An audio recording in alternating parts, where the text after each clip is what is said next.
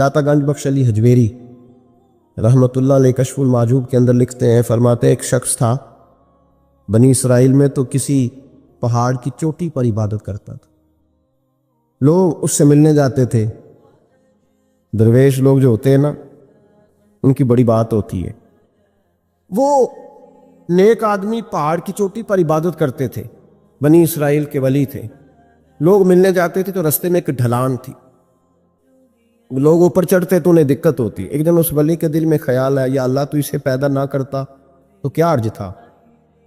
رب کریم نے اس وقت کے نبی پیغمبر علیہ السلام کو وحی فرمائی کہ جب وہ آپ کے پاس آئے نا تو اسے کہہ دینا تو میری تخلیق پہ اعتراض کرتا ہے، اسے کہہ دینا کہ میں نے اس کا نام ولیوں کی صف سے کاٹ کر نافرمانوں کی صف میں لکھ دیا ہے۔ میری تخلیق پہ اعتراض کرتا ہے، میں نے جو بنایا حق اور سچی بنایا ہے۔ وہ ملاقات ہوئی تو نبی علیہ السلام نے فرمایا، بھئی رب فرماتا ہے تیرا نام کاٹ دیا ہے ولیوں کی صف سے اور نافرمانوں کی صف میں لکھا ہے۔ بندہ سجدے میں گر گیا، یا اللہ تیرا شکر ہے، یا اللہ تیرا شکر ہے۔ پیغمبر علیہ السلام فرمانے لگے تو بڑا بیوقوف ہے، مقام استغفار اور شکر ادا کر رہا ہے۔ کہنے لگا حضور آپ نے بات ہی بہت بڑی کر دی ہے، میرے رب نے میرا نام لیا ہے، میں کہاں وہ کہاں، اس نے کہا کہ نام کاٹا ہے، میرے رب نے۔ اللہ اکبر، میں تو سوچ بھی نہیں سکتا تھا کہ میرا ذکر اور وہاں ہوگا، اما میں تو اس کھاتے میں ہی نہیں تھا، اتنی بڑی جگہ میرا تذکرہ ہوا۔ اللہ اکبر۔ پھر وہ عرض کرنے لگے پیغمبر علیہ السلام سے، کہنے لگے ایک آپ نے پیغام دے دیا، اب آپ میرا بھی ایک پیغام رب کریم کے حضور ناز عرض کر دیجئے گا۔ فرمایا وہ کیا؟ کہا عرض کیجئے گا مالک سے کہ مولا مجھے تیری مخلوق سے بڑا پیار ہے۔ وہ جو میں نے ڈھلان کی بات کی تو اس لیے کی، تو دلوں کے حال جانتا ہے کہ لوگوں کو تکلیف ہوتی تھی۔ مالک کی بارگاہ میں عرض کرنا کہ میرا وجود بہت بڑا کر دے۔ آپ نے کہا ہے نا نافرمانوں کی لسٹ میں چلا گیا ہوں، اب جہنم میں جلوں گا، تو عرض کرنا کہ میرا وجود بڑا کر دے، بڑا، سارے دوزخ میں اکیلا ہی پورا ہو جاؤں۔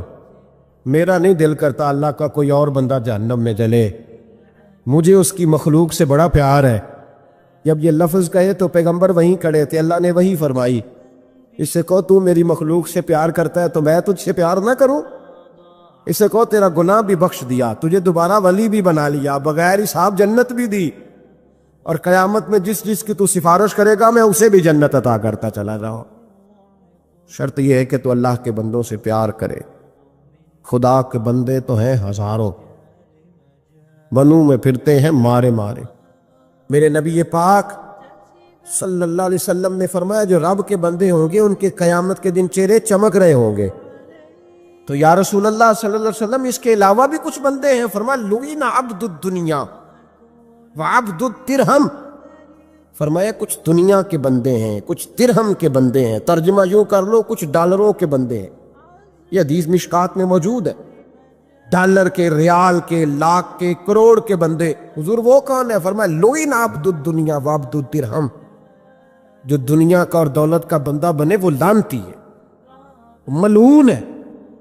یہ خدا کا بندہ رہا ہی نہیں، یہ پیسوں کا بندہ بن گیا ہے، دولت کا بندہ بن گیا ہے، اس کا معیار بدل گیا ہے۔ حضرت سالم بن عبداللہ بن عمر، حضرت عمر فاروق کے پوتے تھے، کعبے کا طواف کر رہے تھے۔ طواف مکمل ہوا، 8واں استلام کر کے مقام ابراہیم کے پاس نماز پڑھنے لگے تو خلیفہ وقت کا آ گیا، گورنر۔ السلام علیکم کے بعد اس نے فوراً بات چھیڑی، کہنے لگا حضور کوئی حکم ہو تو بتائیے گا۔ تو آپ کہنے لگے تو بڑا ہی بیوقوف ہے یار، تجھے کس نے گورنر بنایا؟ بڑا تو بیوقوف ہے، تجھے تو سلیقہ ہی نہیں بات کرنے کا۔ حضور کیا ہوا؟ فرمانے لگے خدا کے گھر میں آ کے اور کعبے کے سامنے کھڑے ہو کے میں بندوں سے سوال کروں، یہاں کے بھی بندوں سے مانگوں، تو بڑا ہی بیوقوف ہے۔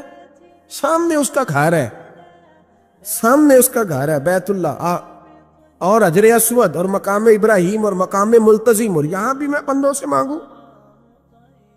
کہتا ہے مجھے بھی کبھی کسی نے ڈانٹا نہیں تھا، میرے بھی پیروں تک پسینہ نکل گیا، تو میں مسجد الحرام سے باہر نکل کے، یوں سمجھ لیں کہ جب لوگ باب عبدالعزیز سے یا باب فہد سے باہر آ جاتے، کہتے ہیں باہر نکل کے نا میں کھڑا ہو گیا، میں نے کہا چلو فارغ ہو کے آتے ہیں تو بات کرتا ہوں۔ حضرت فارغ ہو کے آئے تو میں نے کہا حضور اب تو بیت اللہ سامنے نہیں، اب بھی کوئی سوال کرے؟ تو فرمانے لگے اچھا ضروری ہے؟ کہا حضور ضروری ہے۔ تو فرمانے لگے چل پہلے بتا تجھ سے دین مانگوں کہ دنیا مانگوں، بول۔ تو کہنے لگا حضور میرے پاس تو دنیا ہی ہے، دین تو آپ کے پاس ہے۔ جب یہ جواب دیا تو حضرت سالم چلنے لگے اور چلتے چلتے فرمانے لگے جا اپنا کام کر، دنیا تو میں نے اس سے کبھی نہیں مانگی جس نے دنیا بنائی ہے، میں نے اس سے نہیں کبھی مانگی، تو تو کیا حیثیت رکھتا ہے؟ میں نے تو اس سے بھی جب بھی مانگا ہے یا اس کا قرب مانگا ہے یا اس کے رسول کی غلامی مانگی ہے، تو اس سے نہیں مانگتا جس نے بنائی ہے، تو کیا دے سکتا ہے؟ تیری کیا حیثیت ہے؟ تو بھائی ان لوگوں نے قریب پھٹکنے نہیں دیا، ان کے قریب یہ چیز آئی نہیں، بے نیاز لوگ تھے، توجہ ہی نہیں تھی۔ حضرت محبوب سبحانی غوث اعظم شیخ عبد القادر جیلانی رضی اللہ تعالیٰ عنہ، آپ ایک کاروبار بھی کرتے تھے، تو آپ کا کچھ مال آ رہا تھا جہاز کے ذریعے۔ ایک بندے نے خبر دی کان میں حضور جہاز ڈوب گیا، فرمانے لگے الحمدللہ الحمدللہ۔ ڈوب گیا جناب، یہاں جہاز ڈوب جائے تو بندہ بھی ڈوب جاتا ہے۔ کہتے ہیں صاحب انتقال کر گئے، 10 لاکھ کا نقصان ہو گیا تھا، مال ڈوب گیا پورا جہاز ہی۔ فرمایا الحمدللہ، اور تم نے جلدی کی خبر دینے میں سبق پڑھا رہا تھا، کیوں مجھے دخل اندازی دی تم نے میرے کام میں، کیوں دخل اندازی کی؟ سب الحمدللہ۔ تھوڑی دیر کے بعد اس نے پھر کان میں کہا حضور وہ غلط خبر تھی، جہاز بچ گیا۔ فرمانے لگے الحمدللہ۔ پھر شاگردوں سے کہنے لگے میرا چہرہ دیکھ رہے تھے پہلی خبر کے بعد بھی، اس خبر کے بعد بھی؟ کہ حضور دیکھ رہے تھے۔ فرمایا کوئی تبدیلی تو نہیں آئی؟ کہ حضور نہیں۔ فرمانے لگے شکر الحمدللہ، رب نے میرا دل دولت سے نہیں جوڑا، اپنی ذات کے ساتھ جوڑ کے رکھا ہوا ہے، تبدیلی تو نہیں آئی۔ یہاں تو ٹینشن ہی ٹینشن ہے، ڈپریشن ہی اور بات کس کی ٹینشن ہے؟ پیسے کوئی نہیں، دولت کوئی نہیں، کوئی چکر چل جائے نا کبھی، اس سے بھی کبھی پوچھ جس کے پاس ہے وہ تجھ سے زیادہ غریب ہے، اس سے کبھی پوچھ وہ تجھ سے زیادہ آزمائش میں ہے۔ غریب شہر تو فاقوں سے مر گیا، لیکن امیر شہر نے ہیرے سے خودکشی کر لی، اس کو بھی تو پوچھ اس کا کیا حال ہے۔ دانش منداں دا کم نہیں، دل دنیا نہ لانا، اس ووٹی کئی خامد کیتے تے جو کیتا سو کھانا۔ یہ تو کام ہے اس کا، بڑے آئے بڑے چلے گئے، بڑے آئے بڑے نکل گئے، توجہ ہی نہیں، مزاج ہی نہیں۔ حضرت مولا علی شیر خدا، علی المرتضی، امام الاولیاء، صاحب صدق و صفا، داماد مصطفیٰ صلی اللہ علیہ وسلم، اسد اللہ، حضرت علی شیر خدا رضی اللہ تعالیٰ عنہ کوفے کے چوک میں کھڑے تھے تو کہہ رہے تھے یار میری نہ طامت پرانی ہو گئی ہے، یہ میں نے زرہ بیچنی ہے، کوئی بندہ مجھ سے خرید لو تاکہ میں نئی طامت لے لوں۔ ایک بندہ کان میں کہنے لگا حضور طامت کے پیسے بھی نہیں۔ فرمانے لگے پیسوں کو چھوڑ، علی کا سینہ دیکھ، اللہ نے ایمان کی دولت سے بھرا ہوا ہے۔ پیسے اہمیت نہیں رکھتے، ان کی وہ اہمیت نہیں جو دنیا نے بنا لی۔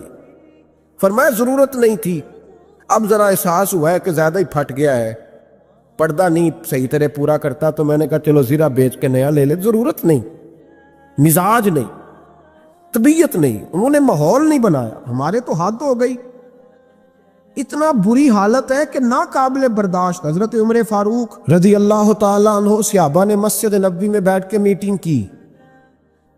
عمر کی تنخواہ بڑی تھوڑی ہے مال غنیمت میں سے، اب تو عمر کے پوتے بھی ہیں، نواسے بھی ہیں، رشتہ داریاں بھی ہیں، تعلق بڑھ گئے ہیں، اور عمر فاروق بوڑھے بھی ہو گئے۔ میٹنگ ہو رہی مسجد میں، اس طرح کریں کہ عمر کا کچھ تھوڑا سا نا مشاعرہ، کچھ تنخواہ، کچھ خدمت، کچھ وظیفہ بڑھا دیں۔ بات طے ہو گئی، جب مکمل ہو گئی تو کہنے لگے یہ بتاؤ شعر سے بات کس نے کرنی ہے؟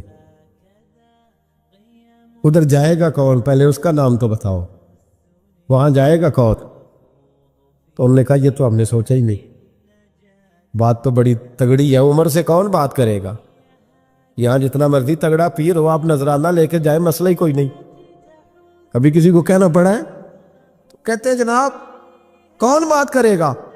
تو ایک صحابی کہنے لگے کہ حضرت عمر رضی اللہ تعالیٰ عنہ کی جو صاحبزادی ہیں نا حضرت حفصہ رضی اللہ تعالیٰ، وہ ام المومنین بھی ہیں، حضور علیہ السلام کی زوجہ ہے، مومنوں کی ماں ہے، ان سے کہتے ہیں، اور ان کے والد بھی ہیں۔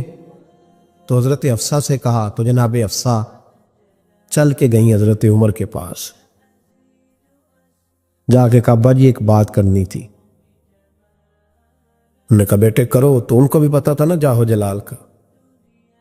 کہنے لگے ابا جی مسجد نبوی میں صحابہ کی میٹنگ ہوئی ہے، ایک ہی محلے میں ایک ہی شہر میں لوگ رہتے ہیں تو ایک دوسروں کی خرچوں کا ضروریات کا پتہ ہے۔ کہتی ہے میں نے پس منظر سارا کر کے بات کی، میں نے کہا سب کو پتہ ہے کہ آپ کے خرچے بڑے بڑھ گئے ہیں، تو مجھے نا انہوں نے حضور کی زوجہ سمجھ کے، قابل احترام سمجھ کے میری ذمہ لگایا ہے کہ تھوڑے سے پیسے آپ کے بڑھانے ہیں۔ تو حضرت عمر فاروق رضی اللہ تعالیٰ عنہ کے صاحبزادی کہتے ہیں عمر کو اتنا جلال آیا کہ اٹھ کے کھڑے ہو گئے، کہنے لگے حفصہ ان لوگوں کے نام بتا، میں انہیں دروں سے ماروں گا اور اس طرح ماروں گا کہ ان کی کمر پہ نشان پڑے،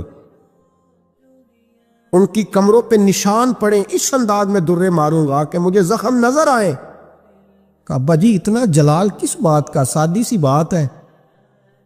تو سیدنا عمر فاروق رو پڑے، کہنے لگے سادی سی بات ہے، میرے لیے مسجد نبوی میں بیٹھ کر میٹنگ ہوتی رہی کہ عمر کو دولت دینی ہے، لوگوں نے یہ مجھے سمجھ لیا ہے، مسجد نبوی میں بیٹھ کر میرے لیے یہ میٹنگ ہوتی رہی کہ عمر کو پیسے دینے ہیں، اس کو دولت کے ساتھ ہم نے نواز رہا، مسجد نبوی میں میرے لیے کس کو یہ جرت ہوئی؟ فرمایا حفصہ کاش کہ تو میرے پاس پیغام لے کے نہ آتی، کوئی اور آتا اور پھر میں اسے دروں سے مارتا۔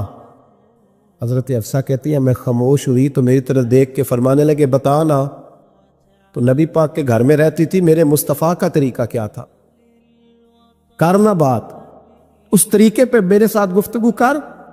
تو حضرت حفصہ کہتی میں رو پڑی، میں نے کہا ابا جی غلطی ہو گئی، آئندہ نہیں کروں گی۔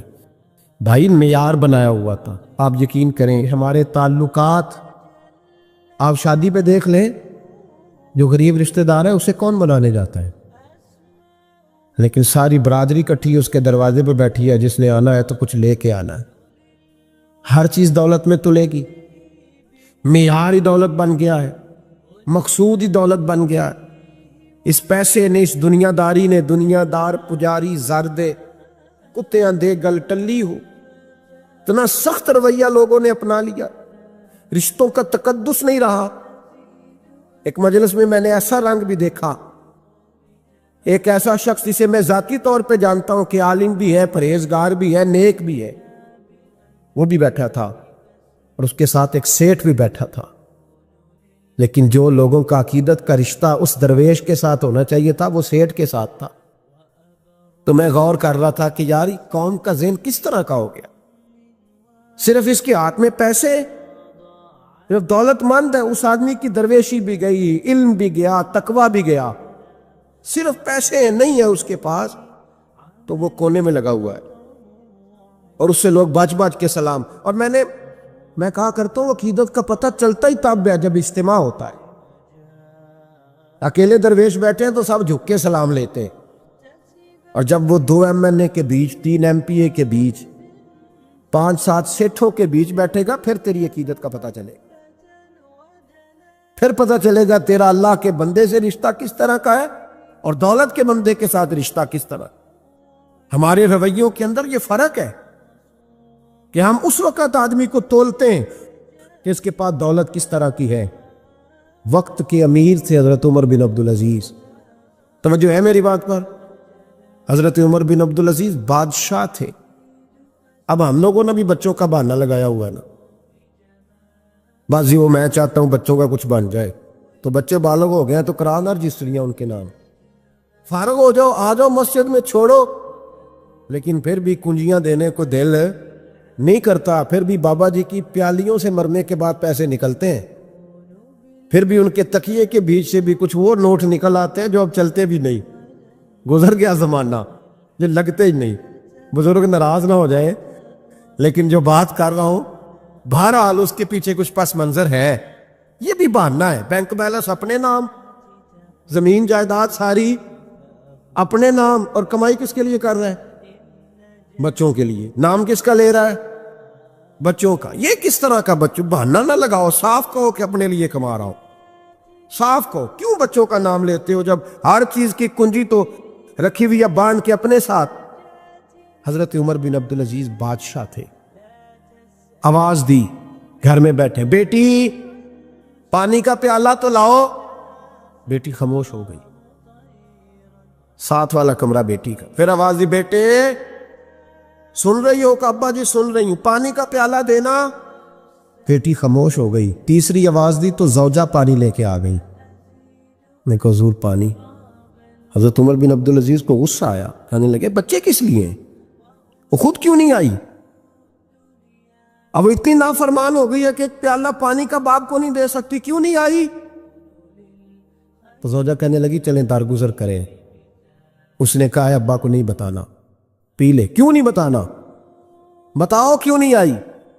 میں نے اس کو پکارا تھا, تمہیں پکارتا تو تم آتی, تمہیں بتانا پڑے گا. جب بات ذرا آگے بڑھی تو ماں تھی نا, بات بیٹی کی تھی, تو اماں رو پڑی, آنکھوں میں آنسو آئے. کہا کیوں روئی ہو؟ کہنے لگی بیٹی کا پاجامہ پھٹ گیا, دوسرا ہے نہیں, اور آپ لے کے بھی نہیں دیتے. کمرے میں بیٹھ کے تو پاجامہ سی رہی ہے, تو کہہ رہی تھی ابا کو بتانا نہ, انہیں تکلیف ہوگی.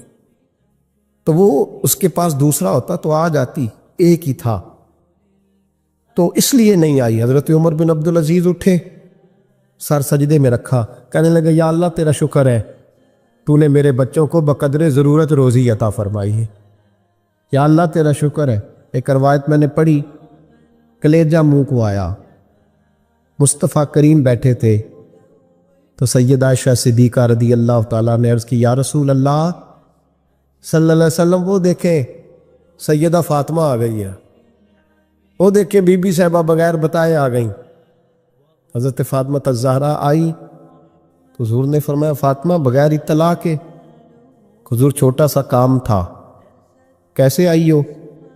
تو بی بی صاحبہ نے نا, عورتوں کا پلو ہوتا ہے نا چادر کا, پلو کھولا تو ایک روٹی بندھی ہوئی تھی, ایک روٹی چادر میں.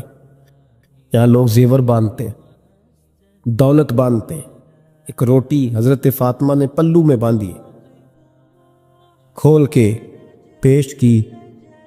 کہ بیٹے یہ کیا ہے؟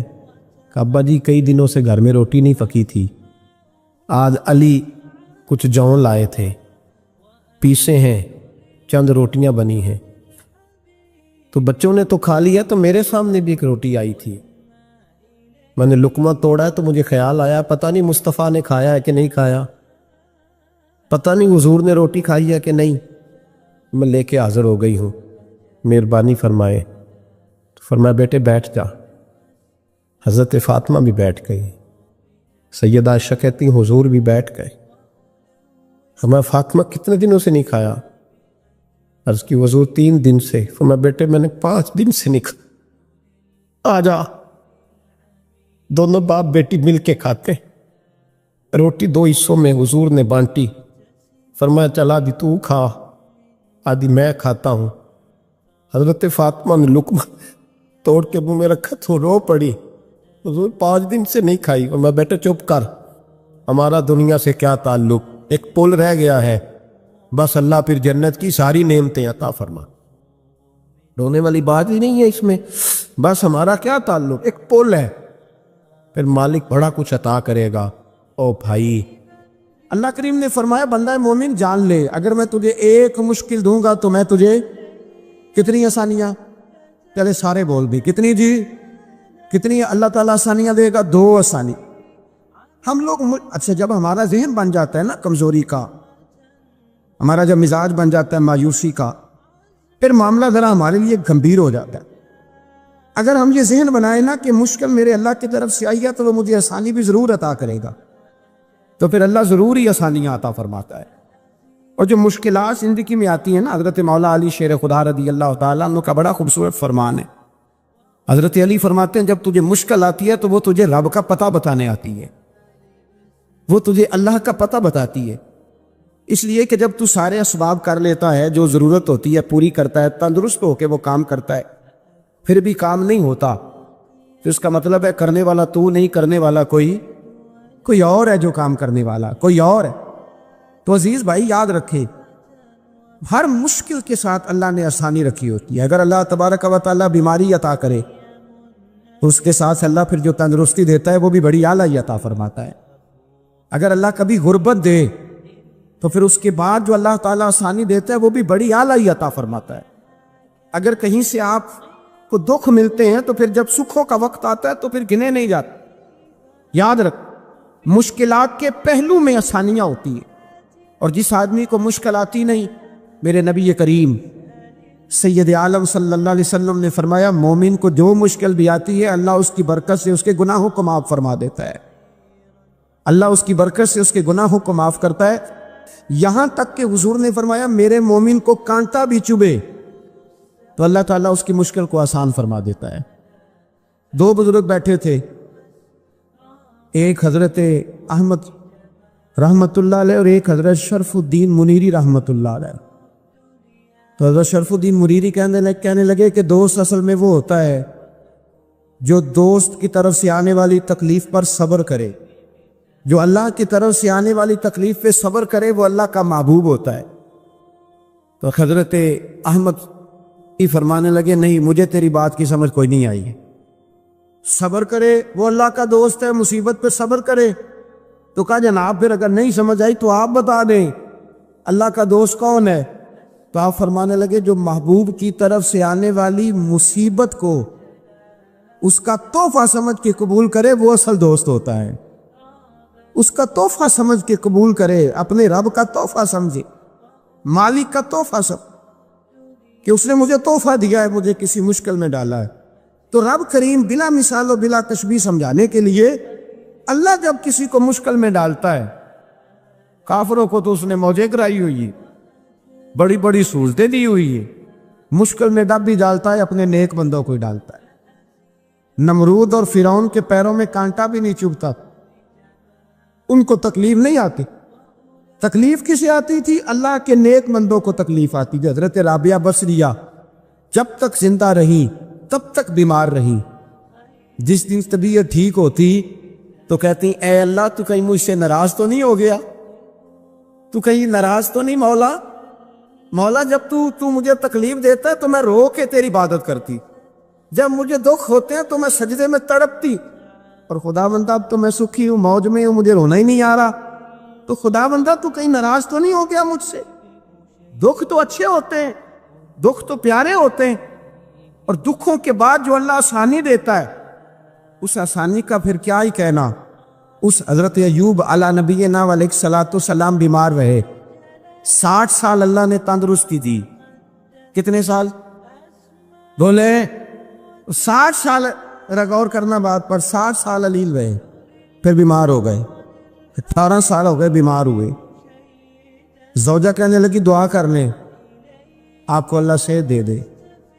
ہمیں اگر کوئی بندہ پوچھ لینا کہ بھائی کبھی کوئی خاص بات تو سناؤ، تو ہم جو ساری زندگی سکھ کے ساتھ سوئے ہوتے ہیں وہ بات نہیں سناتے، وہ جو ایک رات درد سے نیند نہیں آتی اس رات کا قصہ سناتے ہیں، کہتے ہیں وہ میرے الٹے دانت میں درد تھا تو میں ساری رات سو نہیں سکا۔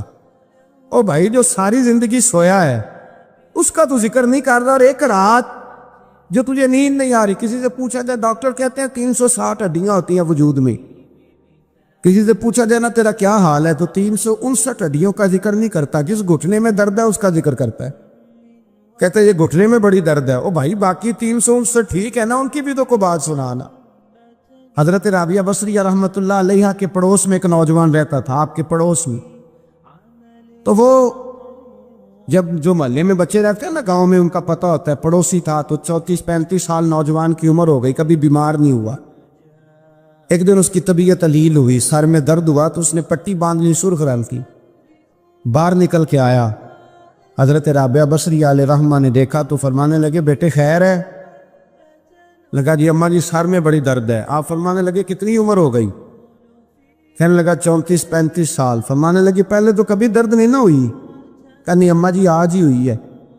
تو آپ فرمانے لگے 34 سال اللہ نے صحت دی ہے، تو نے شکر کی ایک پٹی بھی نہیں باندھی، اور آج درد ہوئی ہے تو شکوے کی پٹی تو نے فوراً ہی باندھ لی ہے، کچھ شکر کی پٹی بھی باندھنی چاہیے۔ حضرت ایوب 18 سال بیمار رہے، زوجہ کہنے لگی دعا کر لو، تو آپ فرمانے لگے بی بی سے کہ صحت کتنی دیر رہی؟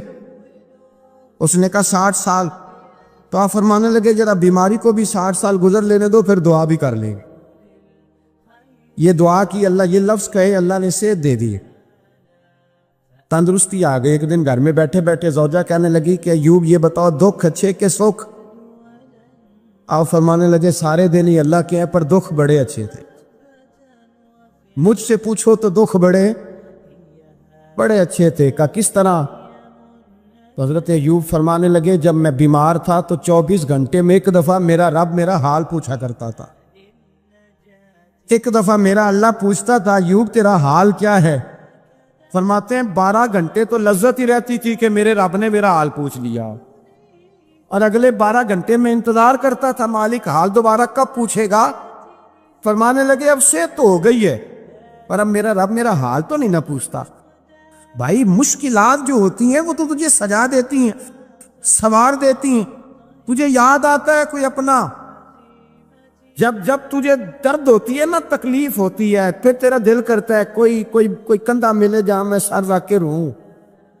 پھر اسی لیے تو کسی درویش سے کسی نے پوچھا تھا اپنا کون ہوتا ہے؟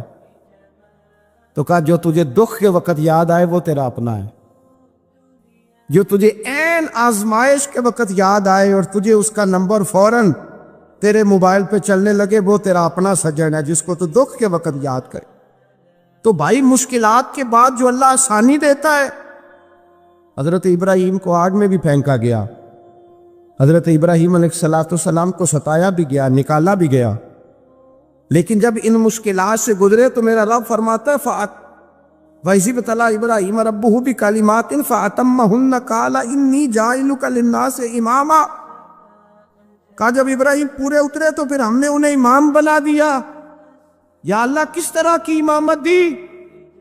فرمایا میں نے اتنی اعلیٰ شان عطا کی ہے کہ اپنے لاڈلے رسول کو جناب ابراہیم کی نسل میں پیدا فرما دیا ہے، میں نے مصطفیٰ کو ان کی نسل میں پیدا کر دیا، قیامت تک کے لیے ان کا وقار بڑھا دیا۔ اللہم صلی علی محمد وعلی آل محمد کما صلیت علی ابراہیم وعلی آل ابراہیم، ان کی عظمت بڑھا دی، اس لیے کہ جب وہ آزمائش سے گزر کر کے آئے پھر جو آسانی دی۔